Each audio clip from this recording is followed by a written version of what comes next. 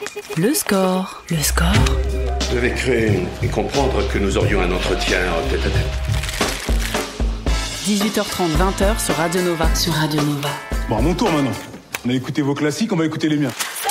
Avec Charline Roux. Bienvenue dans le score sur Nova. Au menu, du bon son, de la conversation et un comédien qui cultive sa singularité tout-terrain. Au ciné, dans La Vérité de Coréeda, dans Coupé de Michel Hazanavicius, Gaston Lagaffe de Pef, Grand Paris de Martin Jova, Yannick de Quentin Dupieux, Nous les Leroy de Florent Bernard. En série où il est irresponsable, juge dans Engrenage, face à un massif remplaçant dans la série du même nom, ou titulaire face à tapis quand il n'est pas sous bulle dans Le Flambeau. Il s'apprête à monter sur scène pour un projet tout aussi singulier qu'il l'est. D'après La Foudre, ce sera du 8 au 12 avril à la Maison des Métallos à Paris. Il est, d'après Wikipédia, un acteur et metteur en scène français né en 83 ou 84. Nova est en numéro 1 sur l'investigation. Après avoir dit bonjour Sébastien Chassagne, je lui demanderai de mettre fin à ce suspense. Bonjour Sébastien Chassagne. Bonjour Charline, bonjour Paul également. Bonjour qui réalise l'émission. À tout le monde. Alors je suis hyper content que tu abordes ce sujet de ma fiche Wikipédia. T'as une malédiction de ce côté-là, on est d'accord. J'ai un énorme problème avec ma fiche Wikipédia parce qu'en plus, une fois, pour une autre interview, j'ai eu le malheur de dire qu'elle était à moitié fausse et ça m'a été reproché derrière. T'as qu'à t'en occuper de ta fiche Wikipédia. Or, c'est pas l'idée que je me fais de l'autopromotion. J'ai pas envie de remplir ma fiche Wikipédia. Et alors, depuis peu, il y a une photo de moi que je trouve merveilleuse, qui était pendant la promo de Nous les Leroy, où j'apparais sur environ 1,5 pixel à côté de Florent Bernard. Je trouve ça vraiment très drôle. Et effectivement, ce type d'angle ne permet pas exactement de voir mon âge à la ridule près.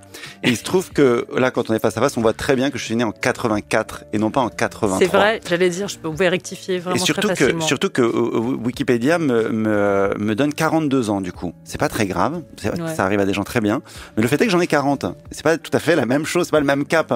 Parce que parce que 40 ans, c'est quand même c'est déjà un sujet. Un truc, oui. On en parlait. Je comprends. 42, on se dit ça va, t'es passé à autre chose. Ouais. À 42, normalement, t'as franchi quelque chose, ou alors tu mets encore sur ton âge, peu importe. Ce qui n'est pas mon cas. Et pour être, j'espère que ce sera, si ce n'est rectifié, au moins un peu entendu. Moi, je suis né le 31 août 1984 à 1h20 du matin, pour celles et ceux qui voudraient faire mon thème astral et calculer mon ascendant, c'est ça, je crois. Oui, je connais pas grand-chose en astrologie, mais je crois que c'est ça. Voilà, donc vous pouvez calculer, vous pouvez me souhaiter mon anniversaire tous les 31 août. C'est également celui d'Éric Zemmour. Et c'est également la mort de Lady Di en 97. Très bien. Moi, je suis née le même jour qu'Omar Sy et la même année. Voilà, ça n'a aucun intérêt dans cette conversation. C'est une des personnalités préférées des Français. Et David Lynch également, mais pas la même année. Et David Lynch, tu es né le même jour que David Lynch. Ouais. Mais et Benjamin Biolay aussi. C'est la classe. Tu es juste en train de m'humilier. c'est pas. Je crois qu'il y a également Lorenzo Lamas le jour de mon anniversaire, ce qui rétablit un peu le. Si ça avait été un concours, tu l'aurais remporté haut la main. Yeah. Dans quel état d'esprit est-ce que tu es avant d'investir la scène ? Alors, avant qu'on revienne dans le détail sur ce projet, évidemment. D'une manière générale, avant de jouer, ça dépend tout le temps des projets. En fait, il y a quelques années, je me suis rendu compte que j'étais absolument incapable de faire du théâtre avec tout le monde. Donc, je fais du théâtre avec à peu près les mêmes personnes depuis quasiment 20 ans maintenant. Ouais. Et donc, juste avant, c'est voir mes camarades qui sont aussi mes amis, qui sont aussi mes copains, mes copines. Dans quel état je suis, je me concentre, j'essaie de respirer l'air du théâtre dans lequel je me trouve. Je pense aux absents et puis je me concentre sur, voilà, énormément sur tout un ensemble de choses. Je suis rarement très traqueux.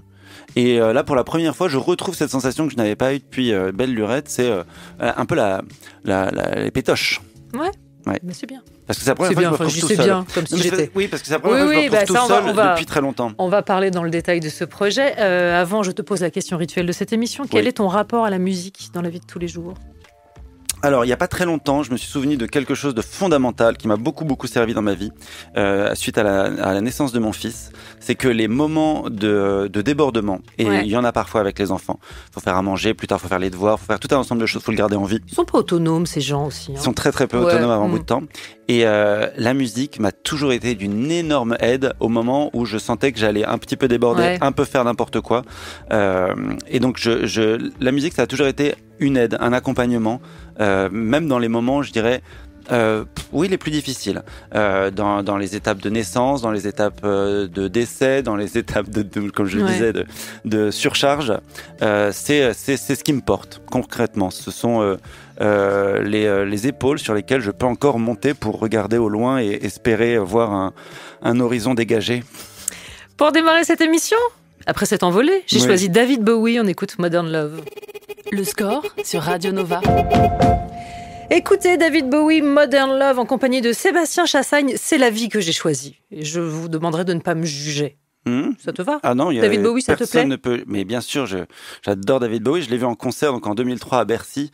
J'avais donc 19 ans par rapport à l'âge que j'ai révélé tout à l'heure. Par rapport à la fiche Wikipédia, tout à fait. C'était mon cadeau d'anniversaire de mes 19 ans. C'est classe. Et c'était un très très bon souvenir. Les Dandy Warhols en première partie. Ah ouais, en plus? Génial. Ah bah, formidable. Parlons de ton actualité. La Foudre, c'est le roman de Pierrick Bailly, paru chez POL. D'après La Foudre, c'est ce que tu en as fait avec Thibaut Seguin. Et tout commence le jour où on te conseille de lire ce roman. Je te laisse expliquer la genèse entière et la nature du projet. Alors oui, avec plaisir. Alors comment ça s'est passé? Je suis donc au fond du Sceau, un beau jour ensoleillé, le 31 janvier 2024. Et je revois mon ami Thibaut Seguin qui est là pour me parler d'un projet de film qui se fera sans doute jamais, d'ailleurs, ça n'est en passant. Et moi, je commence à déballer mon mal-être, etc., à m'épancher un peu. Et lui, comme il a quand même envie de passer un bon déjeuner, et puis on est sur les bords du canal Saint-Martin, enfin, bref, il n'y a pas de quoi non plus se lamenter, tout va bien, Sébastien. Et il me dit, tu devrais lire ce livre, parce qu'il lui semble correspondre à peu près à ce que je traverse dans ma vie, à ce que je rencontre et tout. Et il me le résume d'une certaine manière. Il me dit, tu vas voir, c'est pas une mauvaise personne, la fille, elle a besoin de tout ça pour être heureuse. Ça fait tilt, je vais acheter le livre, je l'ouvre, donc d'ailleurs je fais quelque chose que je fais rarement, c'est-à-dire suivre un conseil d'une manière globale, parce que j'allais tellement mal que c'était ça, ou j'allais m'acheter une flasque de whisky ou une bouteille entière, enfin j'étais vraiment pas bien.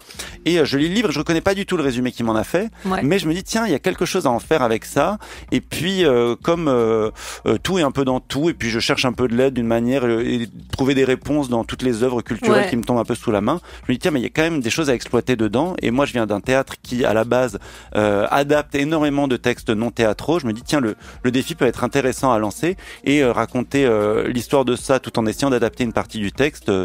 Ça me semblait pertinent et pas inintéressant. Parce que si je résume le point de départ du livre, c'est John découvre dans le journal un fait divers qui implique un certain Alexandre Perrin, accusé de meurtre. Alexandre qui était son ami de lycée, devenu vétérinaire, écologiste, militant de la cause animale et qui a tué un de ses voisins, ce qui me semble quand même assez loin de toi de fait. Est-ce que ça t'arrive souvent d'avoir dans des romans dont les intrigues te sont très lointaines, des choses qui résonnent très fort? Oui, je pense que c'est l'espèce de qu'ont certains et certaines actrices et acteurs autour de cette super empathie. Il y en a beaucoup qui disent je suis une éponge, je ressens les choses, etc. Machin. Oui, je pense qu'on est beaucoup à pouvoir se projeter sur des histoires effectivement plutôt éloignées, sur des faits divers, le drame d'un fait divers, comprendre. On est capable de se connecter à soi, en tout cas avec des histoires même les plus éloignées. Mais il se trouve qu'à l'intérieur, et c'est là aussi où je trouve ça intéressant, où je me dis que c'est pertinent de mettre ça sur un plateau et d'en discuter après, c'est qu'est-ce qu'on va chercher quand on est traversé par une œuvre. Et est-ce qu'il n'y a pas toujours des choses à prendre? Est-ce qu'on peut pas trouver une manière de, si ce n'est de se les réapproprier, en tout cas de les faire siennes, de créer un écho avec ça et de les faire résonner par le biais de conversations comme celle qu'on est en train d'avoir, ou des choses comme ça qui sont des choses moi qui me sont éminemment chères, la réappropriation des œuvres, pas la réappropriation culturelle bien sûr, mais la réappropriation des œuvres, le fait que le domaine public soit très très important et pertinent pour générer du débat et de la conversation. Alors tu le disais, c'est un seul en scène. Là, d'après le résumé que je viens de faire du roman, a priori ils sont plusieurs. Comment est-ce qu'on travaille là-dessus? Alors vu que je l'ai jamais fait, j'ai déjà eu des moments seuls sur un plateau, mais j'ai fonctionné pendant des années en collectif. Donc on était toujours très entourés et puis tout le monde n'était jamais vraiment tout à fait seul. Là c'est pas le cas non plus. Je suis entouré d'une merveilleuse équipe, une scénographe qui s'appelle Émilie Roy, j'ai un technicien qui fait plusieurs choses qui s'appelle Carl Ludwig Francisco que j'adore et je les aime toutes et tous évidemment beaucoup puisque je les connais depuis des années et Thibaut qui m'a accompagné et Douglas qui nous produit et voilà on c'est savoir s'entourer je pense d'une certaine manière. Mais, je veux dire sur scène tu matérialises plusieurs personnages? Pas nécessairement. Non, nécessairement. j'essaie d'éviter un petit peu ce type d'écueil avec les personnages marionnettiques. Et il faut savoir que je fais une chose, c'est que j'adapte tout en gardant une certaine forme de distance. C'est pas un spectacle où on voit plusieurs personnages, mais il y a plusieurs paroles qui sont transmises par une seule et même individualité. Et il faut savoir aussi une chose, c'est qu'à la base, dedans, il y a une scène de plaidoirie dans ce texte. Et mon point de départ, en réalité, c'est cette scène de plaidoirie. Okay. Mais à partir de là, effectivement, ça fait exister plusieurs paroles. Mais je suis très attaché à essayer c'est une espèce de fantasme un peu ringard, un peu tchékovien, de trouver des formes nouvelles. Qui est fantasme de Treplev. Oui, essayer d'inviter les gens à trouver d'autres manières d'entendre les choses. Voilà, c'est des choses que j'essaie de communiquer aussi quand je donne très rarement, mais parfois des cours. Il y a une différence entre incarner quelque chose, mais les questions que moi j'ai toujours envie de me poser, c'est est-ce que je suis en train d'écouter la personne qui me parle ? Et ça, c'est totalement indépendant de toutes les questions de justesse, de ce que je vois. Est-ce que je suis en train d'écouter ? Et si je n'écoute pas, pourquoi est-ce que je ne l'écoute pas ? Est-ce que ça vient de moi ? Est-ce que ça vient pas de moi ? Voilà. Et le théâtre que je fais est un peu empreint de ce type d'expériences qui sont toujours ludiques. C'est-à-dire qu'a priori, même si on est rétif à ce genre d'exercice, de toute façon, au moins on rigole un petit peu. On poursuit la conversation sur le théâtre ludique. Dans un instant, on écoutera aussi Polo et Pan et ce sera juste après la pub. Le score sur Radio Nova. Nova. Polo et Pan sur Nova avec Nénuphar, toujours en compagnie de Sébastien Chassagne pour parler de D'après la foudre qu'il jouera à la Maison des Métallos à Paris du 8 au 12 avril.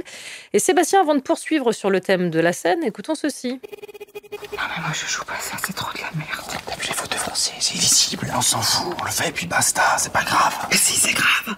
On va passer pour des guignols devant tout le monde, merde. Faut faire quelque chose les gars. Oh, je vais faire, j'ai pas envie de crever. Mais crever de quoi ? Paul, écoute-moi, si tu nous sors de là, je couche avec toi. Quoi ? Attends. Je te promets, si tu nous sors de cette merde, tu couches avec moi, comme tu veux.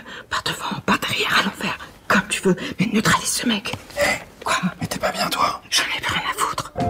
Yannick de Quentin Dupieux, soit l'histoire d'un homme qui prend en otage une salle de spectacle parce que la pièce lui déplaît. Est-ce que depuis, Yannick, tu as des PTSD à l'idée de monter sur scène ? Ah non, pas du tout. Pas du tout. Non, depuis Yannick, j'ai juste très envie de voir la pièce qu'on ne voit pas se monter. Mais oui. Voilà, j'ai très envie, effectivement, comme tout le monde, de voir ce qu'il y a dans le frigo, notamment, qui est vraiment le cliffhanger du début du film. Non, j'ai pas de PTSD. Au contraire, j'en ai eu. Ça fait vraiment très longtemps. Mon premier amour, c'est vraiment le théâtre. Là-dedans, je viens de là. J'ai commencé à tourner relativement tard. Ça m'est arrivé après 30 ans. Et j'avais déjà 10 ans de théâtre dans les pattes. Oui, t'as commencé à 7 ans, c'est ça ? Si les chiffres sont exacts. Oui, les chiffres sont bons. Les calculs sont bons. J'ai commencé le théâtre amateur quand j'avais 7 ans. Et effectivement, c'est autour de là. C'est après le bac où je me suis dit. J'avais un de mes meilleurs amis qui s'était inscrit à Florent et moi j'étais en prépa littéraire et je me suis dit mais qu'est-ce que je suis en train de faire si lui se le permet, pourquoi est-ce que moi je m'octroierais pas aussi ce qui est une passion, une vocation depuis tant d'années. Donc pas de peur particulière de ce genre de... Non, au contraire, puis je suis toujours dans mon expérience, je suis toujours friand de cette idée qui peut potentiellement se passer quelque chose de plus intéressant dans la salle que sur scène. Et je pense que ce serait dommage que le théâtre, qui se dit être un lieu de réunion, un lieu politisé, etc., puisse passer à côté de potentiellement quelque chose de plus fort qui arriverait sur scène ou à l'extérieur ou dans la salle. Je suis pas du tout dans l'idée, que la scène est un espace vraiment sacré. Je pense que c'est important d'y croire, c'est important d'avoir cet outil-là et de pouvoir l'invoquer ou non, mais je crois que c'est très important de garder cette idée de parole relativement libre. Je n'ai aucun souci avec les gens qui arrivent en retard, je n'ai aucun souci avec les gens qui partent au milieu, pour peu qu'ils le fassent poliment. J'ai évidemment, comme tout le monde, un souci avec les insultes, j'ai un souci avec le débordement lié à ça. Mais avec le fait d'être libre, j'ai fait un peu de théâtre de rue aussi, je trouve que la liberté est merveilleuse. Le fait que le public puisse s'arrêter, repartir.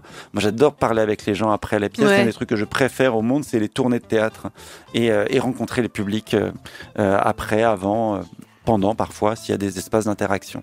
Donc non, je suis pas heurté. Au contraire, c'est plutôt, sans être un fantasme, c'est quelque chose où je pense qu'il faut garder la porte ouverte. Est-ce que ce que je fais est plus important que ce qui arrive dans la salle ou quoi aux caisses ? Non, je pense que c'est important d'avoir ce doute. Et t'es quel genre de spectateur, toi, au théâtre ? Je sais pas du tout. Je n'en ai aucune idée. Pourtant, j'y vais souvent. Ouais. J'y vais très souvent. Quel genre de spectateur je suis? Je préfère toujours voir quelque chose qui se plante et qui essaye que quelque chose un peu dans les clous, un peu convenu, un peu sans aucune prise de risque. Je suis pas très intéressé par voilà les choses convenues. J'attends non pas des choses radicales parce que ça n'existe pas des masses, mais j'ai un énorme problème avec l'esthétique de la radicalité. Je trouve ça très compliqué, très prétentieux même. Il y a quelques années, la Colline avait comme thématique de programmation la subversion. Et évidemment, dès que tu fais un truc subversif, bah ça s'arrête. Parce que c'est ça cesse de l'être. Oui, puis quand tu cherches les limites, au bout d'un moment, tu te rends compte que c'est d'arrêter d'en faire du théâtre. Donc non, je sais pas du tout. Je suis quelqu'un de j'essaie toujours d'être pétri de bonnes intentions parce que je trouve que c'est un endroit merveilleux. C'est un des endroits où je préfère être au monde et voir mon fils qui peut se balader parfois quand je suis en répétition dans certains lieux de théâtre, que ce soit les Métallos, que ce soit la Tempête où je vais jouer en mai aussi une autre pièce. Oui, où tu seras le comte d'Artois. Oui, tout à fait. C'est ça, dans Le Rêve et la Plainte, avec qui tu as déjà travaillé par ailleurs. Oui, qui est une de mes plus vieilles amies. On était dans le même collectif il y a des années, qui est extrêmement douée, Nicole, et comme comédienne et comme autrice. Et voilà, je trouve que c'est les enfants qui gambadent avec les costumes, les décors. Et en plus, j'ai une vision assez à l'ancienne. Moi, je viens pas je fais que du subventionné quasiment. Bon là, d'après la foot, c'est un montage un peu particulier. C'est quasiment autofinancé. Mais je viens surtout du subventionné et des miettes qu'il en reste à l'heure actuelle. Mais j'ai grandi avec le théâtre privé. Moi, ma grand-mère avait tous les au théâtre ce soir, et donc j'ai grandi avec cette émission qui allait de un Feydeau à la Comédie Française jusqu'à Le Vison Voyageur. Voilà, des pièces plus de boulevard. Voilà, avec Jacqueline Maillan, avec ce genre d'actrice enlevée que moi j'adore. D'après la Foudre, ce sera du 8 au 12 avril à la Maison des Métallos à Paris. Et Le Rêve et la Plainte, ce sera tout le mois de mai au Théâtre de la Tempête à la Cartoucherie. Voilà. Tout à fait. Toutes les infos. Nouvelle pause musicale, je te propose les Strokes. On écoute Hard to Explain. Merveilleux. Le score sur Nova, sur Radio Nova. Avec Charline Roux. The Strokes sur Nova, Hard to Explain, un titre que je soumets immédiatement à la sagacité de Sébastien Chassagne. Oui, non, les Strokes, je crois que oui, plutôt, non? Ah, il y a eu une grosse révélation au début des années 2000, les Strokes, quel bonheur d'avoir assisté à la naissance de ce groupe. Au début des années 2000, tu avais donc 16 ans, ok. Oui, j'avais 16 ans. Je vais refaire des calculs à chaque fois, c'est pour très, que vraiment que les auditeuristes retiennent mon âge à la fin et sachent exactement quel âge j'avais aux étapes marquantes de la vie. Le 11 septembre 2001, bien sûr, la victoire de Mont-de-Marsan, Interville 2003. Enfin bref, tout un ensemble de choses. La fin du Big Deal, le retour du Big Deal, tous les événements marquants de l'humanité. Les jalons, quoi. Voilà, tout à fait. Est-ce que tu fais des playlists de personnages? Oui, non, je fais des playlists de spectacles. Beaucoup trop d'enthousiasme. Oui, bien sûr. Oui, j'adore faire ça. Oui. Alors, c'est plutôt des musiques, soit qui me viennent pendant que je suis en train de travailler, que je chantonne, et puis machin, j'y arrive. Et soit j'essaye d'y réfléchir profondément avec le chant lexical, avec des choses comme ça.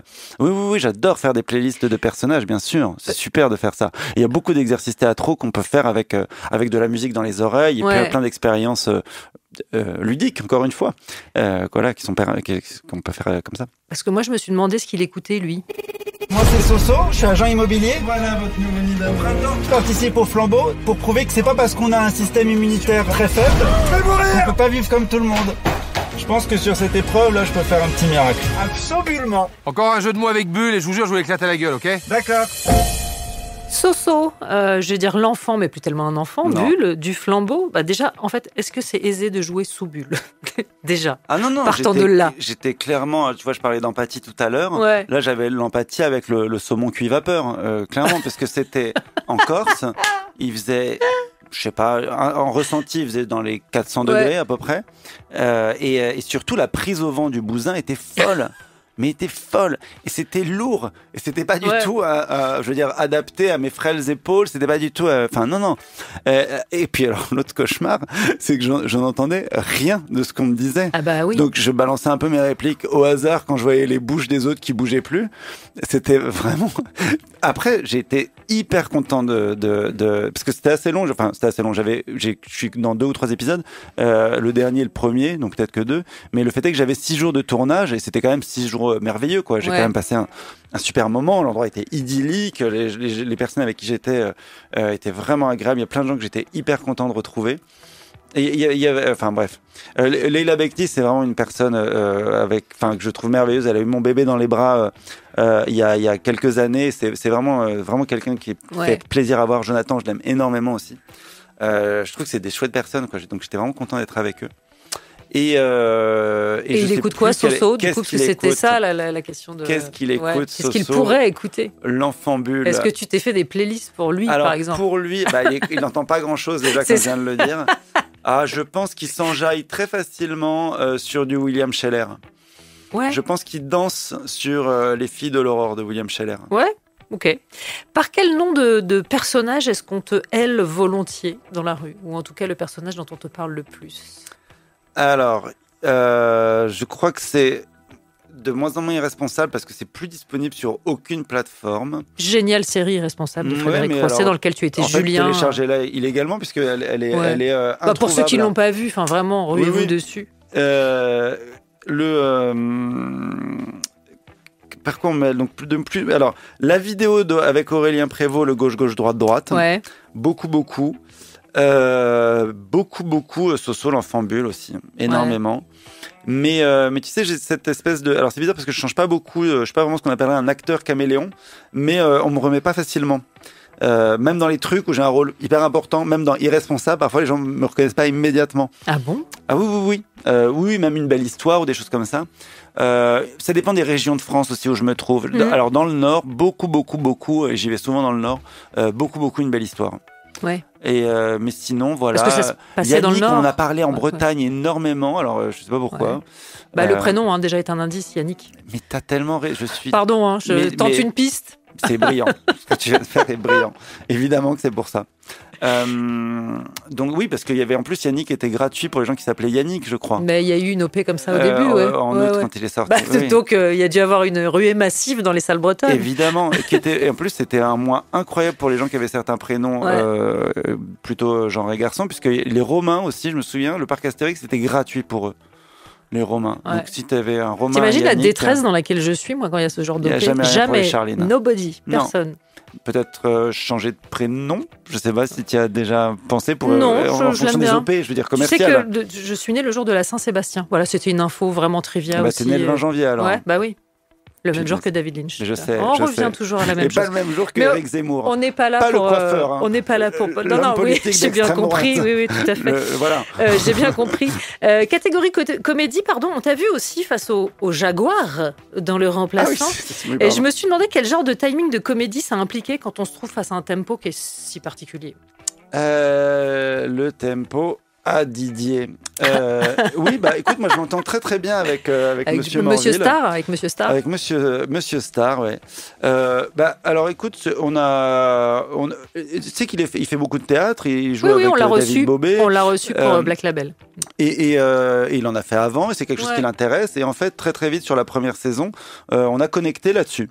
On a parlé beaucoup de théâtre, on a échangé. Dans la prochaine saison qui va sortir, il y a Eva Rami aussi qui est dedans. La nouvelle réalisatrice de la série, c'est quelqu'un qui est féru de théâtre, c'est Stéphanie Murat, dont le papa avait un théâtre qui était le théâtre Édouard VII, et puis qui elle-même en a fait beaucoup. Et donc, on a plein d'actrices et d'acteurs de théâtre. Donc donc, on se connecte là-dessus. Donc, avec, alors, je l'appelle Didier, c'est pas un effet de manche, c'est parce que la première fois qu'il s'est présenté à moi, il m'a dit bonjour, je m'appelle Didier. Oui. Donc je me voyais mal le débaptiser et lui dire non, tu t'appelleras Joe Star pour moi. Et il se trouve qu'on a tu vois, on fait des italiennes ensemble. En fait, donc on se met la plupart du temps, sauf les choses liées aux conditions de rush d'un tournage comme celui-là, parce qu'il y a très peu de jours de tournage, on fait toujours une petite répétition avant, on fait toujours une italienne. Donc le tempo, il est complètement bien. Aucun mot. C'est comme Beetlejuice, quand on prononce son nom, que ce soit Didier, Jaguar, Joey, il apparaît. Donc je propose qu'on écoute NTM, tout n'est pas si facile. Le score sur Radio Nova.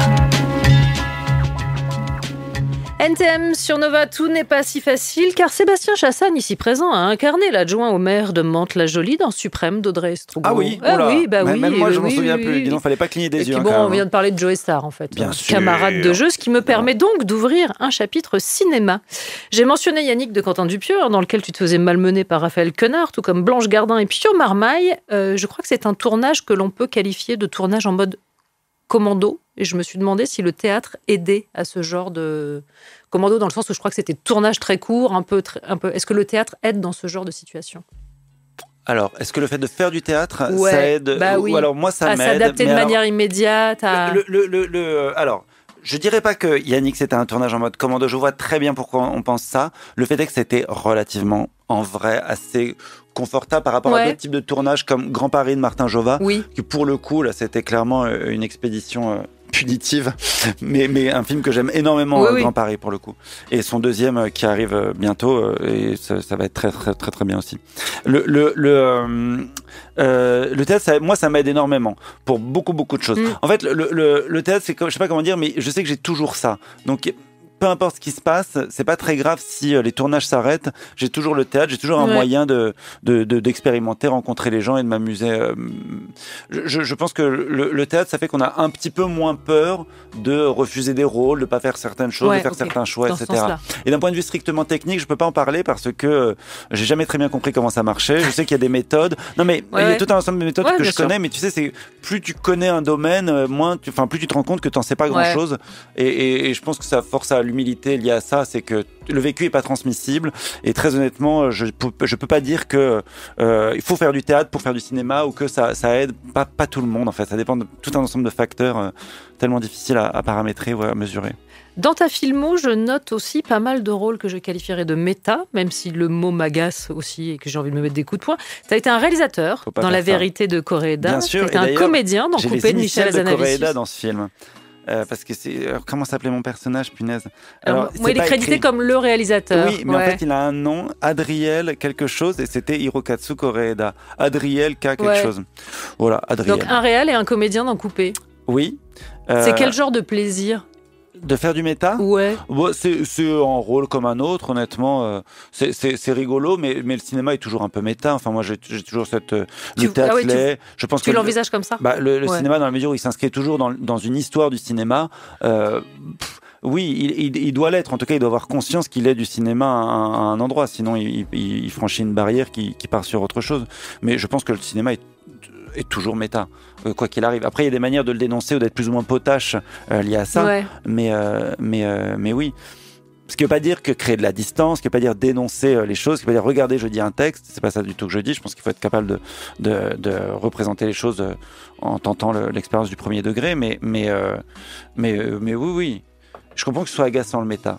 Parce qu'il y a non, c'est pas agaçant, c'est parce que maintenant on qualifie tout de méta. Oui, ça, le mot est un peu galvaudé. Mais puis, je vois très bien ce que tu veux dire par là, mais je pense que le méta, on peut l'apprécier, le considérer, mais il ne faut pas le rechercher, il ne faut pas faire un effet avec, il faut l'étudier. Toi qui dessines, je crois, et plutôt bien, si je ne m'abuse, tu as aussi été Banksy. Caricaturiste dans Nous les Leroy de Florent Bernard. C'est une bonne blague de Florent. C'est pas moi, les dessins sont pas de moi dans le tu dessines mieux que ça.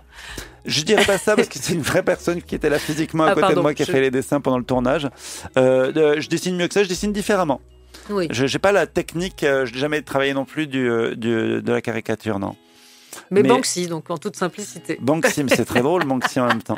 Parce que même Banksy, il est quand même connu pour avoir un ego assez surdimensionné. Moi, j'aime beaucoup un film de Banksy. Je ne l'ai pas vu depuis longtemps, mais c'était Exit Through the Gift Shop. Faites le mur en français. Ouais. Je vais trouver ce film vraiment, vraiment très drôle et très agréable. Mais oui, Banksy, oui, en toute humilité. Ouais. En même temps, a-t-on besoin d'humilité? Non. Non. Évidemment que non. Nouvelle pause, on se retrouve dans un instant, juste après la pub. Le score sur Nova. Charline Roux. Nova. Toujours en compagnie de Sébastien Chassagne. Et je me disais, au ciné comme en série, tu donnes l'impression d'appartenir à plusieurs troupes. Tu vois ce que je veux dire? Le gang Rosset, le gang Florent Bernard, Jonathan Cohen. Est-ce que c'est un héritage du théâtre, là encore? d'avancer groupé. Ouais, en tout cas, je dirais pas. Le seul groupe auquel j'appartiens vraiment en termes de tournage, que je revois et tout, il y a Émilie Noblec que j'aime beaucoup, il y a Stéphane Cafiro qui a réalisé les saisons d'Irresponsables que je revois, et c'est surtout la bande de Martin Jova et de Mao Adam, voilà, qui sont produits souvent par Etche Film et Emmanuel Chaumet. Eux, je bosse beaucoup avec eux, j'écris avec eux aussi, je développe des projets, voilà. Sinon, j'ai une énorme famille, une constellation de théâtre qui est énorme et que je vois et que je fréquente et qui font partie de ma famille vraiment, au sens large quoi. Même famille tout court maintenant. Voilà, mais donc non, les autres, je dirais pas que c'est des gens que j'apprécie, parfois que j'ai rencontrés dans le théâtre, c'est le cas de Jonathan Cohen, mais j'ai pas tant de famille que ça dans les tournages et tout, à part celle que je t'ai, c'est pas celle dont je parle, qui gravite autour de Martin. Alors, sans lien aucun, parce que c'est aussi ça la force de cette émission, c'est de ne jamais faire de transition. Oui. J'ai un son à te faire écouter. Oui. Oui, c'est court, mais normalement c'est impactant. C'est David Lynch, c'est Twin épisode Peaks. 3. Ouais, c'est ça. Il me semble que c'est l'épisode 3, la 4e minute, très exactement. L'espèce de téléfilm européen. C'est dans la oui, dans l'espèce de téléfilm européen qu'ils ont fait. Je sais pas si tu vois, il y avait une VHS où ils avaient sorti tout Twin Peaks en téléfilm de 90 minutes. Je parle de Twin Peaks parce que c'est une série que je t'ai entendu citer à de multiples reprises. Ouais. J'ai eu une énorme obsession David Lynch. Pas de souci, t'as le droit d'avoir le Covid de nos jours. C'est pas une maladie honteuse. C'est Paul qui pousse. Je balance. Ouais, c'est vrai que j'en ai beaucoup parlé de Twin Peaks, ça m'a beaucoup accompagné. Et Twin Peaks et Six Feet Under. Et pas comme Thielman, comme il en a parlé aussi. Oui. Je trouvais que la main gauche de David Lynch, c'est un ouvrage sur lequel j'étais tombé par hasard. Un peu comme la foudre de Pierrick Bailly. Enfin, je suis pas tombé par hasard, mais on peut pas s'empêcher de constater la coïncidence, comme dirait Antonioni dans Profession Reporter. J'y crois pas, mais je les constate, quoi. Ouais. Oui, je sais pas comment dire. J'en ai déjà. Je suis capable d'en parler pendant très longtemps, donc j'ai peur de me lancer. J'adore toutes les saisons de Twin Peaks. Ouais. J'adore les Missing Pieces de Firewalk with Me. J'adore le film. J'adore le fait qu'il y ait Bowie, qu'il y ait Chris Isaak pour reconnecter avec la musique dedans, dans le film notamment. Ça m'a fait tout drôle que David Lynch soit parti sans que je l'ai rencontré. Ça m'a fait extrêmement bizarre. J'étais persuadé que j'allais un moment, parce que les gens que j'aime bien, je les croise en général par le machin. Et il était souvent à Paris, souvent la crêperie là à côté de Montparnasse où il y a une scène avec Monica Bellucci qui a été tournée dans la saison 3 de The Return. Non, je sais pas quoi dire dessus. Ça me fascine, c'est un univers dans lequel j'adore rentrer, quoi. Regardez-le dans n'importe quel sens, ça change rien. Non, je sais pas quoi dire en une minute. J'aime trop cette série. J'adore la musique d'Angelo Badalamenti. Voilà, écoutez la bande son en faisant n'importe quoi. C'est génial comme bande son. On peut la mettre sur tout, en observant des pigeons devant l'église Saint-Eustache. Très bien. Voilà, donc appliquez ce conseil. Et en attendant, on écoute Ichon avec la beauté des mots. Le score sur Nova, sur Radio Nova. I think I'm going to fall. Oh, fucking hell. Ichon sur Nova, la beauté des mots. Et je suis toujours en compagnie de Sébastien Chassagne. Et Sébastien, avant de se quitter, il y a une autre règle ici. Une rafale de questions sur la musique. Oui. Il faut que tu répondes du tac au tac. Wow. Et je n'ai normalement pas le droit de commenter tes réponses. Ce que je ne me priverai pas de faire. Bien sûr, tu peux me le faire après si tu veux. Pendant, pendant. C'est un plaisir. Même fais-le de manière à ce qu'on n'entende pas mes réponses. Très bien. Eh bien, est-ce que tu es prêt? Oui. Le titre qui symbolise le mieux l'enfance. Le thème de l'inspecteur La Bavure de Vladimir Cosma. Très bien. Le titre qui symbolise le mieux l'adolescence. Manu Chao, je ne t'aime plus. Ton hit de karaoké. Alors, je l'ai cité tout à l'heure, c'est Les filles de l'aurore de William Scheller. Ah ouais. Les filles de l'aurore, je peux encore avec un accent. Les retrouver. C'est pas un accent, c'est une imitation parfaite. Arrêtez de penser que je fais un accent. Une petite particularité. On dirait un peu un accent. Je suis pas glottophobe. Je fais pas un accent, j'imite mal, c'est tout. Madame le juge, qu'est-ce que c'est un tribunal? Le titre qu'on serait peut-être surpris de trouver dans tes playlists. Des galas. Nanana. Alors je crois que Free from Desire. Nouveau titre, nanana. Le titre qui te propulse immédiatement sur la piste de danse. Putain, j'ai une compagnie créole qui me vient et jamais de la vie en fait. Si, bah vas-y, le douanier Rousseau, dis-le. Non, mais ça me propulse pas du tout sur la piste de danse. Le piste qui me propulse. Qu'est-ce qui me propulse sur la piste de danse? Mon Dieu, Sébastien réfléchit. Un disco des familles. Forgive Me Not. Patricia, j'ai oublié son nom. Forgive Me Not. Will Smith, la musique de Men in Black. J'ai 800 ans. Le titre qui te fait immédiatement sortir de la piste de danse. Ah putain, alors c'est une chanson que j'aime énormément, mais je ne peux plus. Et pourtant, Dieu sait que je les aime. J'adore les Rita Mitsuko. Ouais. Vraiment. Et j'aime beaucoup dans le film Soigne ta droite, la manière dont ils sont filmés par Godard. Je trouve ça merveilleux. Ouais. Je trouve ça 100 fois mieux que les Stones filmés. Faut voir Soigne ta droite pour voir les Rita Mitsuko travailler. C'est génial. Et c'est la mort qui t'a assassiné, Marcia Baila. Ouais. À 3h du mat. De quelqu'un qui débranche les enceintes pour mettre sur son téléphone. Il y a une pub YouTube dessus. Et on met ça me fait partir. Et vous voyez très bien de quoi je veux parler. Je vois tout à fait. Ça fait 25 ans que cette personne existe. Depuis qu'on peut avoir de la musique sur son smartphone, donc ça fait pas 25 ans. Mais bref, vous voyez ce que je veux dire sur les iPods, pareil. Et c'est fait de manière dégueulasse, ça fait et ça rebranche. Et puis t'as une pub qui dit qu'il faut pas avaler des piles plates ou je sais pas quoi. Et tu remets. Et après c'est Marcia Baila et ça me. C'est et pas en possible. Plus c'est le moment où il ne reste plus que du mauvais alcool. Donc il est vraiment temps de partir. Dégueulasse. Il y a même plus d'eau. L'eau est tiède. C'est atroce. Rien ne va. La chanson, ta chanson de comédie musicale préférée? Oh, c'est The Sound of Music, c'est My Favorite Things, Julie Andrews. Les choses que je préfère, c'est Sylvie Vartan dans La Mélodie du Bonheur. Très bien. J'adore. Ça a été un de mes films préférés pendant presque toute mon enfance, La Mélodie du Bonheur. Le titre que tu as le plus écouté ces derniers jours? Ah, je peux tricher? Bah, bien sûr. Parce que je pense que c'est... je vais tricher et je vais essayer de rendre totalement inintéressante cette recherche de titre parce que je sais ce que c'est, mais je ne connais pas le nom. Rhythm is a Dancer de Snap. Wow. Et oui. Comment tu me l'as ressorti de nulle part? Alors, c'est pas un commentaire. Et oui, Rhythm is a Dancer de Snap. ça me galvanise. Très bien. Et la chanson dont tu as un mal de chien débarrassé une fois que tu l'as en tête, mais catégorie pénible?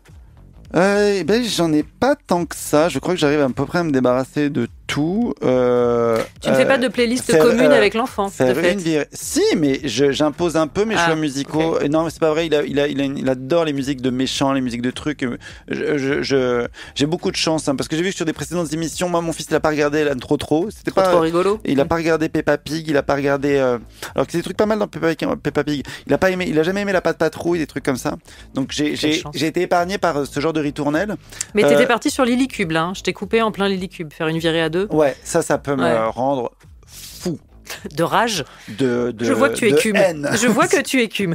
Formalité largement remplie. Je rappelle donc que d'après la foudre, ce sera du 8 au 12 avril à la Maison des Métallos à Paris.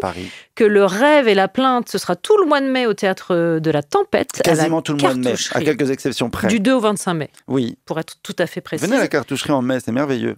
Il fait beau en plus, c'est bien. Venez au Métallo aussi. Mais venez partout, tout le temps. Et on passe donc à la playlist. Tu nous as préparé une petite playlist de musique que nous allons écouter. Pendant la demi-heure qui vient. Tu as choisi de démarrer avec Amadou et Mariam Sabali en quelques mots. Pourquoi ? Oh, parce que c'est une chanson. Alors, vraiment, pourquoi j'ai des copains qui travaillent en musique. Antoine Dabrowski, Radio Tsugi, qu'on embrasse. C'est très très mal parler de la musique. Ça peut être que du ressenti. C'est une jolie chanson qui fonctionne un peu de manière nostalgique et puis qui entraîne et puis ça, on a l'impression qu'elle a toujours existé, cette chanson. J'ai l'impression qu'elle vient d'un autre temps, tu vois, comme si on l'avait reçue, comme s'il y avait une autre planète où quelqu'un aurait envoyé une sonde avec ses chansons préférées, qu'on l'avait reçue, qu'on serait dit tiens, il y a une autre façon de vivre les choses et ils nous ont envoyé ça plutôt que d'envoyer, je sais pas, les Beatles. Et c'est pas et ça me plaît bien cette idée de pensée alternative.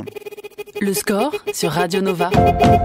Beyrouth, Santa Fe pour clore le score consacré à Sébastien Chassagne. Merci 1000 fois d'être passé par ce studio. Merci à vous de m'avoir invité au moins autant de fois. Courez voir Sébastien Chassagne au théâtre. Vous faites pas mal quand même. Maison des Métallos, 8 au 12 avril pour D'après la foudre, d'après Pierrick Bailly.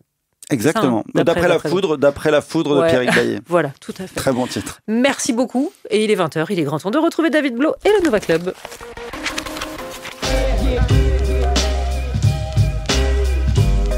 Le score sur Radio Nova. À À retrouver en podcast sur nova.fr.